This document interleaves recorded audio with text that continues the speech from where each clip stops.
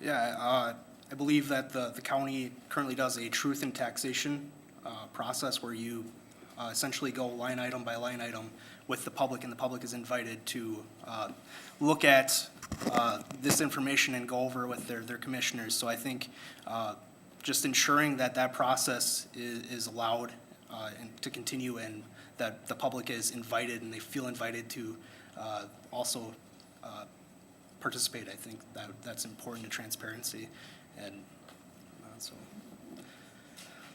Thank you. Marcia? Our budgeting process is a complicated task. We run at about a $50+ million budget, so there's a lot of line items in that budget.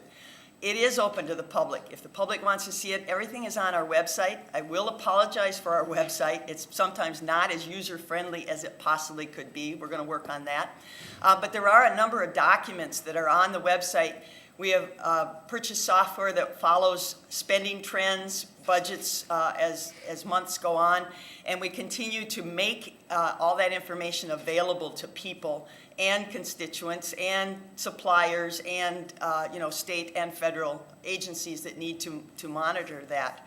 I am always open to budget talks. I talk to staff members.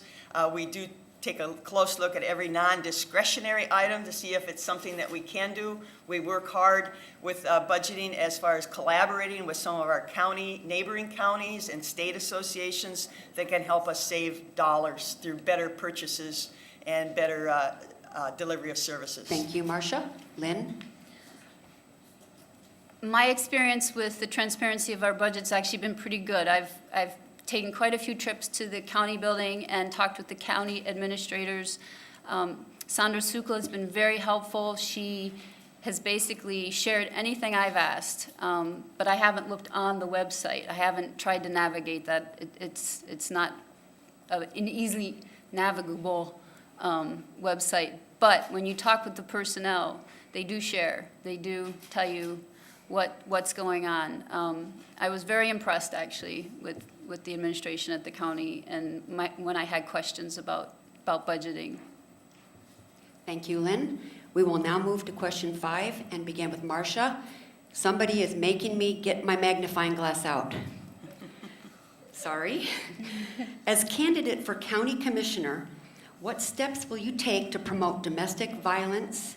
I'm thinking to not promote it. Promoting, yeah. I think we wrote that wrong. So, to not promote sexual assault and stalking prevention. Marcia? That's an area that's handled through the courts. I know Karen Sonneman, our attorney, is a real advocate. We give funding to the Women's Resource Center and a number of other organizations that deal directly with that. Anybody that would have any kind of concern or problem. Of course, our sheriff's department is right there 24/7 through 911 calls and things like that. We do provide education. I do sit on a number of state health committees, and we have talked about this at the state level. There's things that the Department of Health has done as far as providing information and materials and training. It's an evolving training and how to deal with this. And the courts, there's a lot of partners. There's health, human services, the sheriff's department, the judicial department, and the county commissioners. We do support all those things, and we do give funding to a number of things. It's really difficult for this young lady to tell me to stop, because in my job as county commissioner, I never get the stop sign. It's taking a vote. Thank you, Marcia. Thank you. Go ahead, Lynn. Actually, could you repeat the question, please? Yes, I can, definitely. You just want me to use this again. As candidate for county commissioner, what steps will you take to prevent domestic violence, prevent sexual assault, and prevent stalking?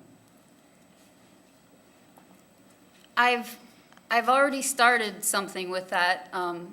Ann Morse, who's the chair of Moms Demand Action, we're working on a bill to go through next year's legislature for gun sense. It has nothing to do with taking people's guns away. It has nothing to do with the Second Amendment.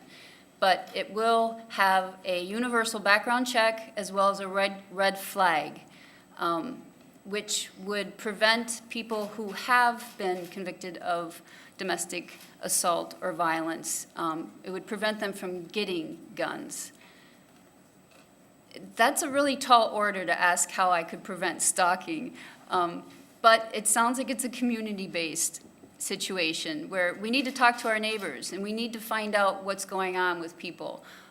This also makes me think of low-income families. They're often the ones that do not know what recourse they have, what resources they have, and what they can do about it. Thank you. Thank you. Bryce? I think it starts with community education and access to the information about these different resources.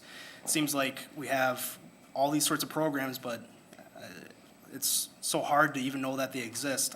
In my line of work in economic development, you know, you have to be in on the know in order to know what exists. So I think really reaching out to people and ensuring that they know that these resources exist would be a good first step. And then also ensuring that we continue to fund these programs. I know some of these discretionary items might be some of the first things on the chopping block when it comes to budget time, but we forget that the importance behind some of these programs. So I think ensuring that we have